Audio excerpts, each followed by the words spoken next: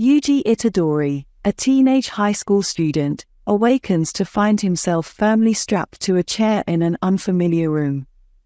Satoru Gojo, a blindfolded man, is standing across from him and is encircled by talismans and other esoteric symbols. Gojo poses a puzzling question, implying some unknown background, asking Yuji which one he is today. Memories begin to surface as Yuji tries to make sense of the circumstances. Among them is a memory of someone named Fushiguro who expressed concern for his safety. Gojo, on the other hand, brushes off Yuji's worries, saying he doesn't have time to worry about other people. A secret execution is underway, as Gojo discloses, heightening the tension and peril in the scenario. Yuji calls Sujisawa Hospital the day before to find out how his grandfather is doing. Remarkably, Yuji's grandfather demands that he put going to his club first. Megumi Fushiguro, a jujutsu tech student, visits Sujisawa High that same evening in quest of a cursed object. Sadly, he can't find it, so he asks Satoru Gojo for advice. Gojo gives Fushiguro the directive that he must find the cursed thing before returning home, which heightens the suspense and mystery of the scenario. The president of the student council warns Iguchi and Sasaki during a meeting at Yuji's club that the occult club might close because of its inactivity. They discuss an idea about a potential supernatural power impacting students on the rugby field in an effort to preserve their club. The president swiftly refutes their claim, stating that tics were the true cause of the athlete's illness. Confusion is increased when it is discovered that Yuji is formally registered with the track and field team rather than the occult club. Abruptly interrupting the chat, the team's coach begs Yuji to help them win at the national championship. They consent to a competition on the field to resolve the dispute. The jujutsu tech student, in the meantime, disguising himself, searches the area for the cursed object. He is shocked to see Yuji winning a shot-putting competition. With a shot put that is akin to a baseball, Yuji breaks the world record with ease. This outstanding achievement strengthens his standing in the occult club. Yuji is reassured by Sasaki and Iguchi that he is under no need to remain in their group, but he chooses to for personal reasons. Megumi is impressed with Yuji's performance and likens him to Moki Zenin, an upperclassman at Jujutsu Tech. Megumi observes the cursed energy coming from what could be a connection to the cursed thing as Yuji passes by. However, Yuji dashes to the hospital to see his grandfather before Megumi can confront him. Yuji's grandfather is not happy when he visits him. He doesn't seem to want to spend time with his grandson. He tries to tell the young man anything about Yuji's parents, but he stubbornly won't listen, which sparks a furious dispute. In the end, the elderly guy decides to give Yuji an important message. He exhorts Yuji to use his powers for the benefit of and preservation of others, stressing the significance of having a positive influence in any situation. After expressing his wish to leave this world of humans, the grandfather quietly passes away not too long after sending forth his final, sincere message. After the period of grief and after gathering his possessions, Yuji goes to the lobby to finish off some paperwork. Megumi finds Yuji in this gloomy environment and introduces himself. Megumi is adamant on talking, even though Yuji is trying to grieve quietly. Megumi asks Yuji to turn over a mysterious item that the occult team believes to be cursed. Megumi attempts to set the scene by revealing the truth of curses, which hopefully clarifies the object's enigmatic and maybe hazardous nature.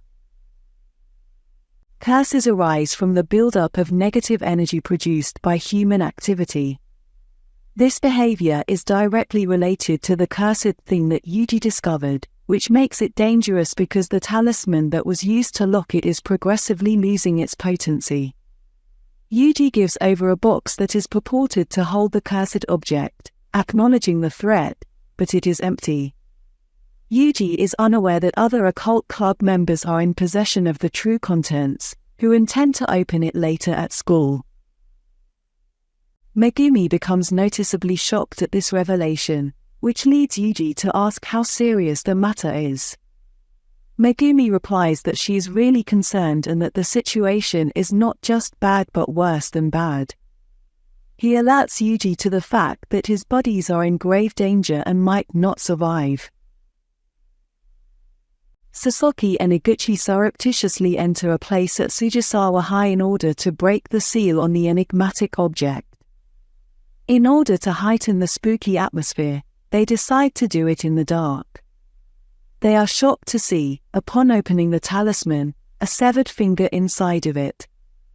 Unbeknownst to the naive kids, the light that had been granting visibility abruptly disappears and curses start to appear. When Yuji arrives to the school, he feels a strange pressure, and Megumi tells him to stay behind. Megumi keeps telling Yuji to stay out of it, but Yuji is adamant on helping his pals get back to safety. The young jujutsu student emphasizes how serious the matter is by angrily demanding that Yuji stay behind. Sasaki hides inside the structure while hideous creatures prowl the corridors on the 4th floor. Iguchi follows her, but there's a small curse on his head. A more powerful curse is drawn to the disturbance and strikes Sasaki unexpectedly from behind. Megumi enters the building at this crucial juncture and discovers yet another curse. Megumi uses her jujutsu abilities to call forth his divine dogs, giving them the task of facing and consuming the evil opponent. Yuji struggles to act as he stands outside, wondering why he is finding it so difficult.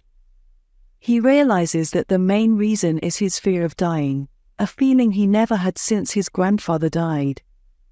Perplexed by the differences in the two deaths, Yuji considers his grandfather's counsel regarding the importance of helping others. Yuji is prompted by this reflection to consider the differences and ramifications between the deaths he is currently facing and the loss of his grandfather, who he loved very much. Megumi and his divine dogs work to save the pupils in danger as they methodically remove the increasing amount of curses within the structure. Megumi turns a corner and sees a terrifying sight. Several curses have come together and are trying to consume the cursed object as well as the students. Megumi is in a desperate predicament, realizing he might not make it in time. But as things get more tense, Yuji suddenly crashes through the 4th floor window. Yuji considers how peaceful his grandfather's death was during that intense time, yet something feels wrong about the situation because there is danger ahead. The sharp contrast between his grandfather's peaceful passing and the approaching chaos strengthens Yuji's resolve to face and neutralize the looming menace. Yuji uses his amazing physical prowess to his advantage to save his buddies, allowing Megumi's divine dogs to eat the evil curse. Despite not knowing Yuji's intentions, Megumi recognizes and commends him for his bold decision. Yuji asks, "What are the mysterious dogs?" and Megumi replies, "They're his shikigami." Megumi explains that Yuji's experiences from that night are what gave him the capacity to see the divine dogs. When he looks back on the incident, Yuji acknowledges that he was afraid, but he also stresses that he acted to stop the tragedy from happening and give his companions a chance for a respectable and appropriate ending. Megumi is about to retrieve Wyman Sukuna's finger, the special grade cursed object, when all of a sudden a curse falls from the floor above, taking them by surprise. Megumi moves quickly and unselfishly to shove Yuji out of the way, but in the process, he too becomes entangled in the curse. To combat the menace, Megumi tries to call forth another shikigami. But the unrelenting curse overcomes him, and he begins to viciously beat Megumi and even throw the young sorcerer through the wall and out of it. Megumi is injured by the attack's severity, which causes his divine dogs to scatter. At a pivotal point when Megumi is in danger of dying due to the curse, Yuji steps in and displays his incredible athletic ability. But he has a big obstacle ahead of him. Without the usage of cursed energy, his physical prowess is useless against the curse. Yuji is on the verge of placing Ryomen Sukuna's finger into the curse's gaping mouth as he struggles to take the upper hand. Yuji makes a risky move by using his mouth to grab the finger in a desperate attempt. Yuji decides to eat the finger in an attempt to absorb its strength and use it to face the impending threat after realizing that he needs cursed energy in order to break the curse and save everyone. Megumi is hesitant, but Yuji swallows the finger bravely and releases Ryomen Sukuna's powerful strength.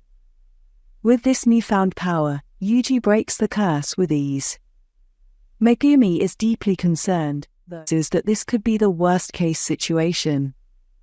The resurrected Ryomen Sukuna poses a serious threat because of her single-minded ambition to destroy humanity. Remarkably, Yuji suppresses Sukuna's strong influence and regains control over his body. Amid this tenuous state, Megumi braces himself to call forth a Shikigami, announcing his intention to drive out the cursed being that now inhabits Yuji Itadori.